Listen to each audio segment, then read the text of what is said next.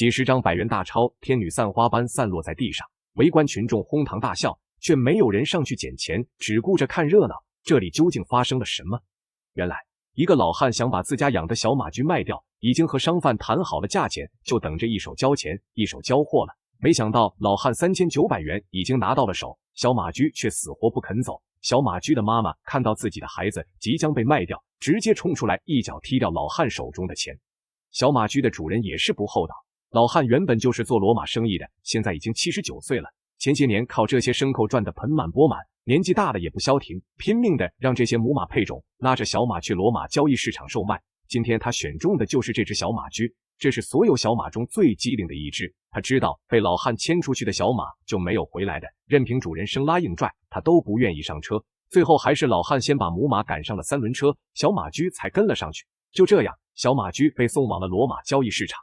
不出老汉所料，这只小马驹一出现就大受欢迎，很多人都来围观这只小马驹。虽然只有5个月大，但很多人都看出了小马驹的潜力。很快，老汉就和其中一位买家谈好了价钱，对方决定以3900块买下这头小马驹。只是小马驹非常不乐意，被老汉牵着的时候就抻着脖子，拼命往反方向拉扯，不想就这么被卖掉。5个月大的小马驹被主人3900元卖掉，小马驹拼命挣扎，老汉用鞭子不停地抽打小马驹。老汉原本已经和商贩谈好了价格，没想到这只小马这么倔。更让他头疼的是，一开始为了让小马上车，他把母马也牵了过来。母马看着老汉手里拿着钱，就明白小马驹这是要被卖出去了。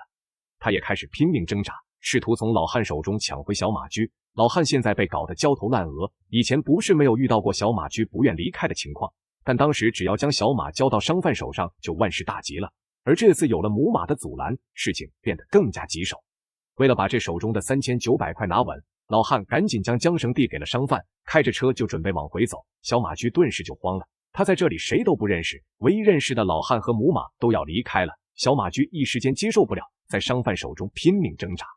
商贩哪里知道这匹马如此倔强，拽着自己就追着老汉跑了出去。老汉一看情况不妙，只好转身重新将小马驹交给商贩。小马驹不知道老汉为何要把自己卖掉，他只知道自己一定要跟着老汉才能回家，而老汉现在心心念念的只有3900元。他气得扬起马鞭，就在小马驹身上抽打起来。小马驹疼得四处躲避，把老汉拽的一个趔趄，差点跌倒在地上。小马拼命地往母马的方向跑去。母马看到自己的孩子遭到殴打，也是心急如焚。5个月大小马驹被老汉卖掉，小马驹拼命反抗，却换来一顿毒打。母马不愿看到自己的孩子被打，一脚将老汉手中的钱踢飞。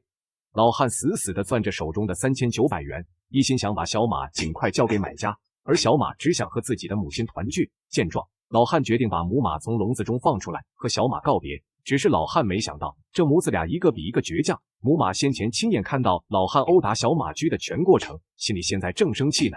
但能和小马团聚，他暂时不想和老汉纠缠。老汉全然没有意识到危险的到来。让小马和母马告别后，他又挥起了皮鞭，试图将他们分开。母马实在气不过，抬起腿就将老汉手中的3900元踢飞，现场一片混乱。完全没想到还能看到这种天女散花的场景，大家都想看热闹，没有人去捡地上的钱，还有人嘲笑老汉做了一辈子的骡马生意，竟然被2匹马耍得团团转。老汉面子上挂不住，竟也无心理会散落在地上的钱，而是挥起鞭子朝着母马和小马抡了上去。这场闹剧最终会如何收场，我们不得而知。只是这2匹马今天注定要遭到毒打。对于老汉来说，他养这些马就是为了卖钱，这是他们存在的意义。毕竟农村很少会有人养马做宠物，老汉最初的目的就是赚钱，而马却将这小小的马棚当成了自己的家，现在要被主人卖出去，他们根本无法接受。